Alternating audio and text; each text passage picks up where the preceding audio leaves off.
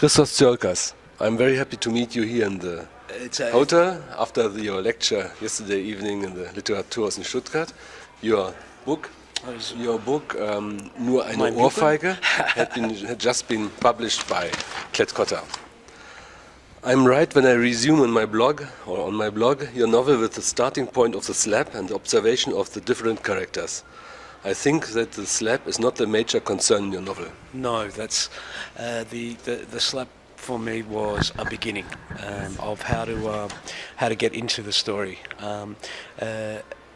It's written from the perspective of 8 different characters, and they range in ages from 17 to a man in his early 70s. And I would like to me, what I wanted to do was write a novel about contemporary life in Australia, to kind of to try and understand the contemporary bourgeois class, the contemporary middle class in Australia. Sometimes I think I've said, I do think ideas are sometimes you're given gifts as a writer, and I did notice an incident, not as violent as the one that begins in the book, but where my mother very softly smacked a little boy when he was being a terror at a barbecue, and it was that incident that just sparked in my head, well, what would happen if an adult male was to smack a child? Something that happened in my life all the time. And I got also a slap in the school when I was very young. I remember they had the rulers across the hand. But yes, it would be disingenuous to say that the book was about slapping and discipline. That's a beginning. Really, I hope it's a novel about how we live now. It's a novel or an essay or an investigation about the behaviors and political views of the middle classes. There are always also a sort of self-satisfaction which will become a problem for themselves. Yeah, look, I was saying last night at the lecture, for me, one of the things that really, as an observer of the world around me, and also I can see it in myself, this notion of entitlement, this notion of that we deserve it all, really frustrates me and concerns me. I'm writing in the Australian context, and I can't pretend to know about the European context, but I wouldn't be surprised if it's the same here. And I wanted to investigate that selfishness and that avarice, and I wanted to investigate what effects that had on our relationships, our marriages, our children, all those things. The novel has 8 parts, 8 characters who tell the story from their point of view. These 8 parts facilitate the multiple perspectives, or do you want to transport other things with the division of 8 parts? Look, when I first started the first draft, there was 13 parts, which was too long, too sprawling. I was very interested in to give, if you like, was heißt Kaleidoskop on Deutsch? Kaleidoskop, yeah. In a way that I wanted the book to be that kind of object, that if you just slanted it or shifted it a little bit, you would get another perspective. Because I think that's how I feel about contemporary life at the moment. There are so many intersections of people from different communities, different political views, different, all those things collide, and I wanted to give a sense of that in the writing of the novel. Are you a moralist? The novel deals about morality, tolerance, or which is your major concern in the book? I am, I think. It's a good question. Am I a moralist? I remember years ago a friend who is an academic in Australia saying, Christos, for someone who was raised Orthodox Christian, you're a very good Protestant. I think I have I'm really wanting to investigate, and I am now I'm talking about the author rather than necessarily in the book, but I think obviously it's reflected in the writing. I do want to lead a moral good life, and I want to, and I'm ashamed that how often I fail in that pursuit, but I am interested in those questions. And in a secular age, that how we understand that kind of morality is not easy. And that's what, again, that's probably why the shifting 8-person perspective is part of how I structured that book.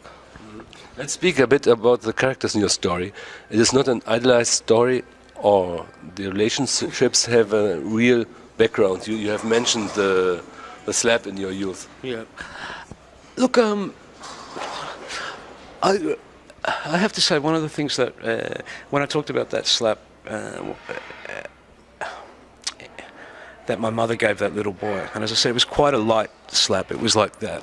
But I remember his reaction was to put his hands on his hips and to say, no one has the right to touch my body without my permission. This came out of a 3-year-old. And you realise that these were mantras that he had learnt at kindergarten. They were not. But I was really interested in the gulf of experience between someone like my mother, who'd grown up in a really rural, difficult peasant world, and this little boy who was growing up in a postmodern, highly globalised, wealthy culture like Australia. And Australia is all those people, all those experiences are part of what makes up that country. So, you know, I wanted to, how do we talk to each other across those histories, across those differences? That fascinates me. Are there any character in your novel you like more than others, or would you like to attend their dinner party?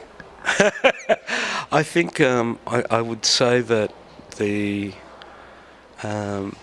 characters that I like or most, or feel the most tenderness to, the old man Manolis, and I think the Greek.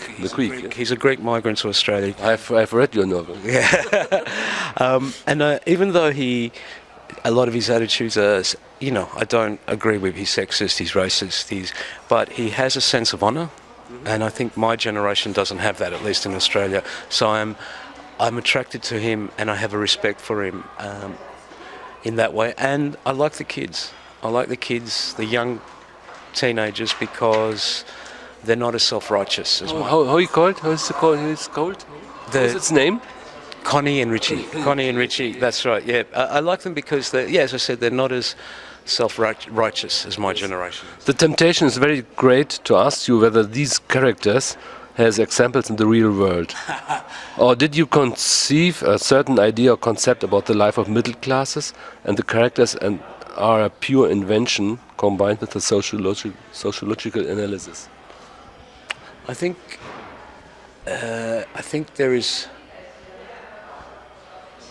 as a writer, you're always observing.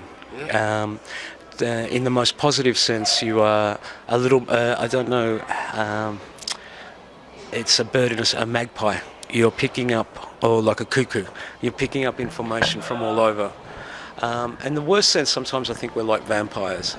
We bleed from, bleed life. But that is part of what you do as you look around it. So these characters, there are moments that come from reality, but they are my imagination. That's that they are not. Yeah, this is not a reflection in a mirror. You know, this is a. But that's a very interesting part of your story. Yeah. Hector and his wife Aisha and his cousin Harry slaps the 3-year-old child of Rosie and Gary. It is nearly an act of self-defense because Hector is threatened to beat another child. Look, I think for me it's really interesting to watch. As an adult, I would. One of the things that I learned as a male, or had to learn in my life, was how to control violence and how to control aggression. I would never do what Harry did in the book, because I think that's one thing that represents adulthood, is knowing how to control those things.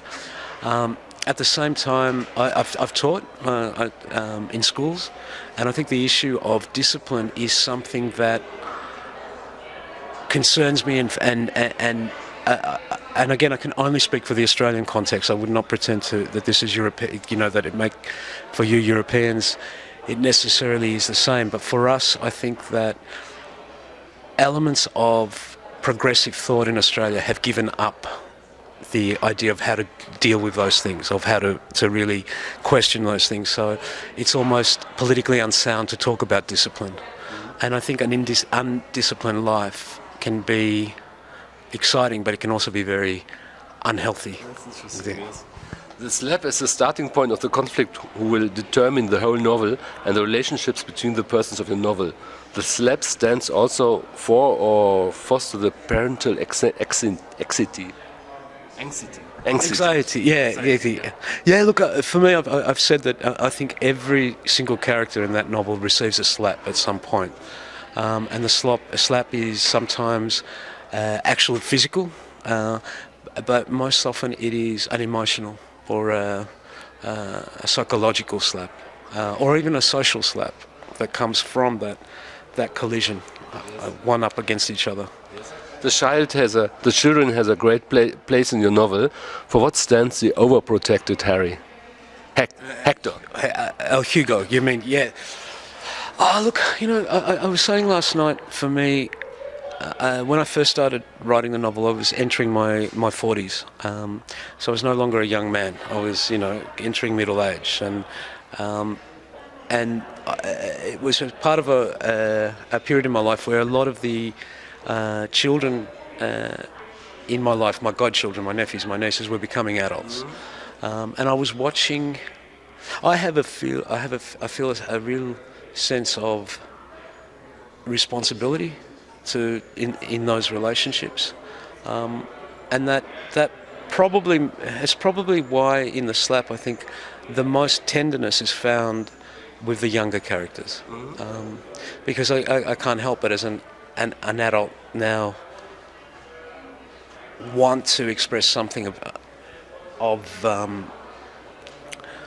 the care that we need in this world. I just it was not something that figured in my life when I was younger, that notion of care, but now more and more I think about it and what does it mean, and what and so and the other thing too is I've been in a relationship with my partner for 27 years now, and relationships are difficult. They're wonderful, but they're also difficult.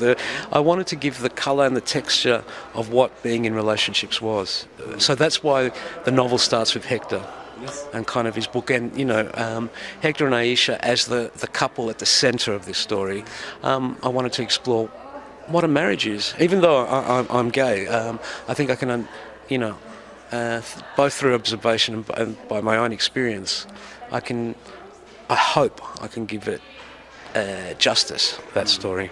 Rosie's reaction after the slaps, her indignation, is it really justified, or is it in your novel an overreaction? So as he overprotects the little Hector, she still nurses him, the nearly 4-year-old Hector. I think she is overprotective, but I also think that is, Rosie is part of that circle of people that I'm drawing who are, I'll use the term again, self-righteous about their beliefs. It's an interest. Rosie for me is an interesting character. A lot of readers hate her because she is an overindulgent parent. She is so stubborn in her righteousness, but. This is a novel about the Australian middle class, and what for me is interesting about the middle class now in Australia is that,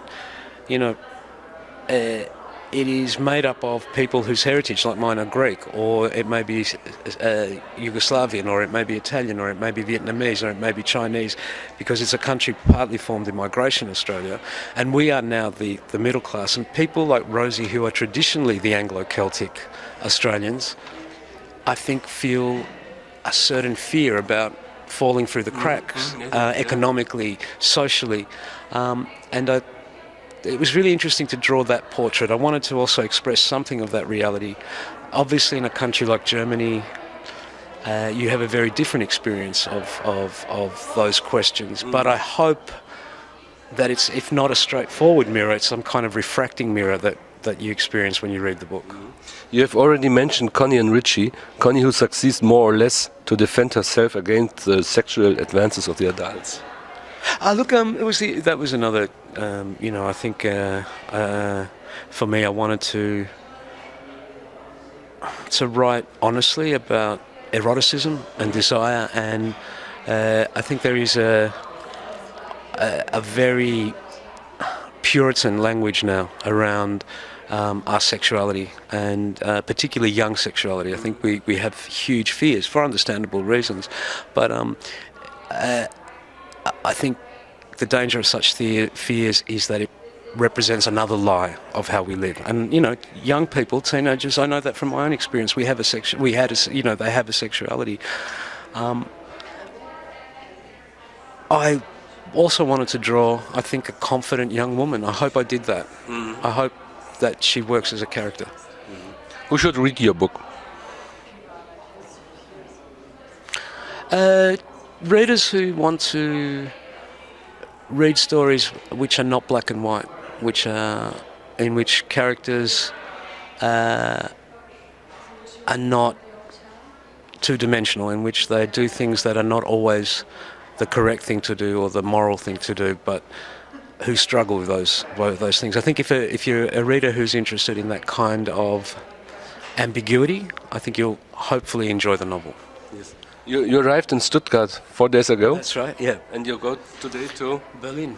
Berlin, yeah. And afterwards? Hanover, then Zurich in Switzerland, Salzburg and Vienna in Austria, and then to Dresden and Leipzig. Thank you. Yeah, so it's a whirlwind tour, but I'm very excited. And then we end up in Berlin again. Thank you very much. I wish you very much success for your book. Dankeschön. Dankeschön.